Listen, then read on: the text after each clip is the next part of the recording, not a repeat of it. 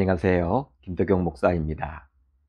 하늘 양식을 사랑하시는 여러분들의 기도와 관심 덕분에 저는 기쁨으로 하루하루 살아낼 수 있습니다.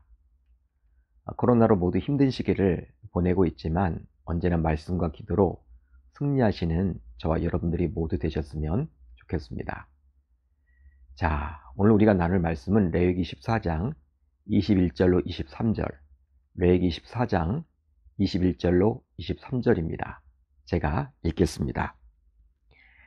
만일 그가 가난하여 그의 힘이 미치지 못하면 그는 흔들어 자기를 속죄할 속건제를 위하여 어린 수양 한 마리와 소제를 위하여 고운 가루 10분의 1 에바에 기름 섞은 것과 기름 한 녹을 취하고 그의 힘이 미치는 대로 산비둘기 둘이나 집비둘기 새끼 둘을 가져다가 하나는 속죄 제물로 하나는 번제물로 삼아 여덟째 날에 그 결례를 위하여 그것들을 회막문 여호와 앞 제사장에게로 가져갈 것이요. 아멘. 하나님의 말씀입니다. 오늘은 이 말씀을 통해서 차이는 있으나 차별은 없다. 차이는 있으나 차별은 없다. 이란 제목으로 은혜를 나누겠습니다. 악성 피부병에 걸렸다가 나았을 경우 우선 진 밖에서 행하는 의식이 있었습니다. 바로 병자가 나으면 제사장이 친히 진 밖으로 나가 병이 나았는지를 진찰했죠. 그 다음 제사장이 병자가 나았다라고 판정이 들면 병이 나은 사람은 정결 의식을 위해서 정결한 새 2마리와 백합목과 홍색칠과 우슬초를 가지고 와야 했죠. 다음으로 새 1마리는 흐르는 물에서 잡은 다음 피를 질그릇에 담았습니다. 그리고 그 다음에 백향목과 홍색실과 우슬초를 질그릇에 담겨있는 죽인 새 피에 적셔 피부병에서 고침받은 사람에게 7번 뿌리고 나머지 남은 새 1마리는 들에 놓아 주었죠. 그리고 병고침을 받은 사람은 옷을 빨고 몸에 털을 밀고 몸을 씻으면 정결하게 되어 드디어 진에 들어올 수 있게 되었습니다. 하지만 이래 동안은 집에 들어가 가족과 함께 생활할 수는 없었죠. 이제 병고침을 받은 사람이 진 안에서 행하는 의식은 다음과 같은데요. 우선 진에 들어온 지 7째 날에 다시 몸과 옷을 씻고 모든 털, 즉 머리털, 수염, 심지어 눈썹까지 밀어야만 했죠. 다음으로 8째 날에 화목제를 제외한 4대 제사, 즉 속건제, 속죄제, 번제, 소제를 모두 드려야만 했습니다. 이처럼 전체 8일 동안 진 밖과 진 안에서 2번에 걸쳐 정결 의식을 하므로 악성 피부병에 걸려 진 밖으로 쫓겨났던 사람은 이제 자유롭게 성막에 들어가 하나님께 예배를 드릴 수 있게 되었죠. 그렇다면 이것은 어떤 의미를 담고 있다고 볼 수 있을까요? 바로 사회적으로는 이스라엘 공동체와 회복되고 종교적으로는 하나님과 회복되었다라는 것을 보여줍니다. 따라서 악성 피부병에 걸린 자의 경우 진정한 회복인 하나님과의 관계 및 이웃과의 관계 모두를 이루려면 병에서 나았다고 해서 자연스럽게 이루어지는 것이 아니라 반드시 진 안에서 8일째 제사를 드려야만 했던 것이죠. 그런데요, 문제는 제사를 드리려면 가난한 자의 경우 항상 재물이 문제가 되고 부담이 되겠죠. 왜냐하면 구약의 제사의 경우 반드시 재물이 있어야만 했기 때문입니다. 그러기에 진 밖에서 오랜 기간 동안 격리되어서 살아왔던 환자의 경우 분명히 집안이 가난할 경우 정해진 재물을 구하기 어려울 경우가 생길 수도 있겠죠. 그렇다고 해서 제사를 드리지 않게 되면 온전한 회복은 불가능합니다. 그래서일까요? 하나님께서는 오늘 본문을 통해서 악성 피부병에 걸렸다가 나은 사람 중에 가난한 자가 있을 경우 이들을 위한 특별한 규례를 말씀해 주셨습니다. 이것은 환자 자신과 가족들이 져야 할 재정적인 부담을 덜어주기 위함인데 율법에 있는 자비의 정신이 반영된 것이라고 볼 수 있겠죠. 자, 그렇다면 가난한 자를 배려한 규정은 무엇입니까? 제사법은 가난한 사람들을 위해 언제나 완화된 규정을 특별하게 마련했는데요. 아무리 가난한 사람이라도 진 밖에서 새 2마리를 잡아서 가져올 수는 있었기에 처음 정결례의 요구 조건은 가난한 자와 부한 자 모두 같았습니다. 하지만 진 안으로 들어와서 회막에서 드려졌던 제사의 경우 가난한 자들을 위한 제물은 분명히 달랐죠. 왜냐하면 4대 제사를 모두 드려야 했기에 4개 제사를 모두 드려야 했습니다. 그러기에 많은 제물이 요구되었기 때문이죠. 따라서 하나님께서는 가난한 자를 위해서 우선 제물에 있어서 차이를 두셨습니다. 즉 병이 나은 자가 가난할 경우 제물의 양을 줄이고 심지어 품목까지 바꿔주셨죠. 자, 오늘 본문 21절로 22절을 볼까요? 이렇게 기록이 되어 있습니다.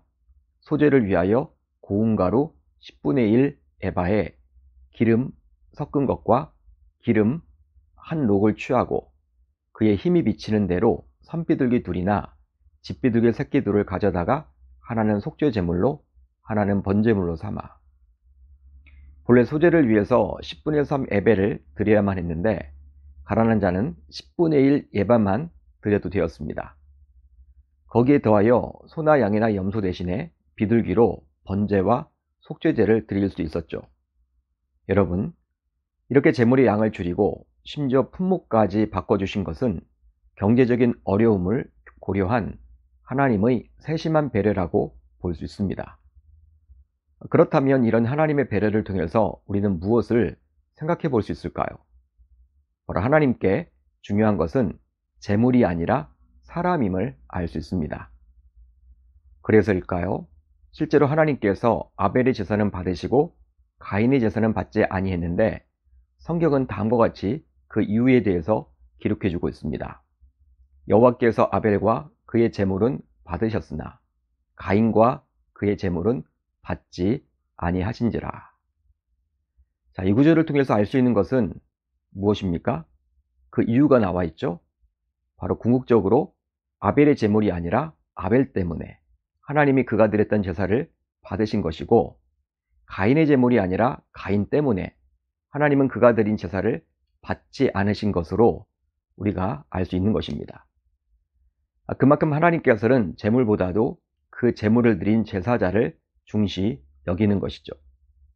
실제로 요한복음 4장을 보면 예수님께서는 예배자가 얼마나 중요한지 다음과 같이 친히 말씀하셨는데요. 아버지께 참되게 예배하는 자들은 영과 진리로 예배할 때가 오나니 곧 이때라. 아버지께서는 자기에게 이렇게 예배하는 자들을 찾으시느니라. 하나님은 영이시니 예배하는 자가 영과 진리로 예배할지니라. 아멘. 따라서 은혜를 받는데 필요한 조건은 예배를 드리는 자의 경제력이 아니고 경건임을 알 수 있습니다.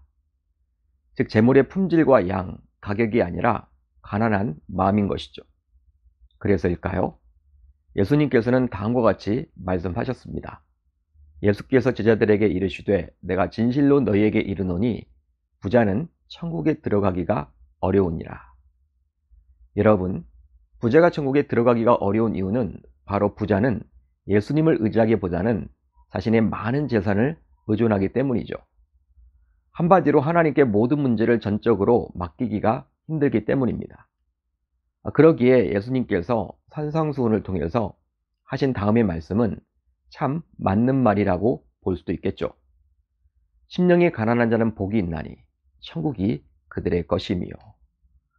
그렇습니다. 이처럼 하나님께서는 가난한 자들을 위해서 재물이 있어서 차이를 두셨습니다. 하지만 우리가 놓쳐서는 안 되는 것이 있으니 바로 하나님께서는 가난한 자라고 해서 결코 속죄를 차별하지 않으십니다. 즉 하나님께서는 가난하다고 해서 조용수를 차별해서 행하지 않으시죠.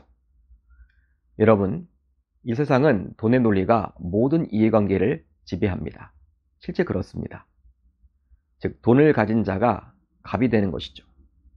돈에 의해서 갑과 을의 관계가 정립됩니다. 하지만 하나님의 속죄는 이 돈의 논리에 좌지우지 되지 않죠.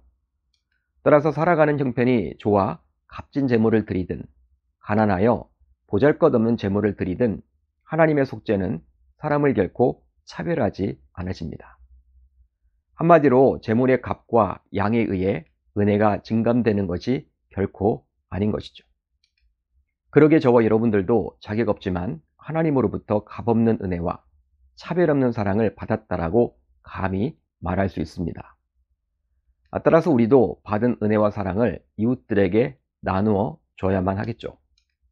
그런데요, 오늘 말씀을 자세히 보시면 하나님께서는 아무리 가난한 자라 하더라도 속건제의 제물만큼은 어린 수량을 드려야 한다고 말씀해 주셨습니다.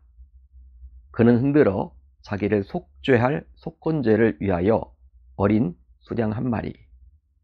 자, 그렇다면 이렇게 속건제 제물을 어린 수량으로 정해 놓은 이유는 과연 무엇 때문일까요? 바로 속건제가 회복 절차의 핵심이기 때문입니다. 자, 이제 말씀을 정리하겠는데요. 가난할 때 제물의 차이는 있을 수 있습니다. 하지만 그렇다고 해서 속죄를 차별하지는 않으시죠. 그 이유는 속죄가 없이는 진정한 회복이 이루어질 수 없기 때문입니다. 따라서 저와 여러분들 모두 이미 하나님으로부터 차별 없는 속죄의 은혜와 사랑을 받았다고 볼 수 있는데, 그러기에 용서받은 죄인답게 이제 우리도 타인을 용서와 사랑으로 대해야만 할 줄 우리 주님의 이름으로 축원합니다. 축원합니다. 자, 오늘 우리 공동체가 함께 나눌 기도 제목인데요. 두 가지입니다. 첫 번째로는 제물은 차이가 있으나 속죄는 차별이 있을 수 없음을 기억해 하소서. 다음으로 주의 모든 권속들이 예배를 정말로 소중히 여김으로 참된 예배자가 모두 되게 하소서.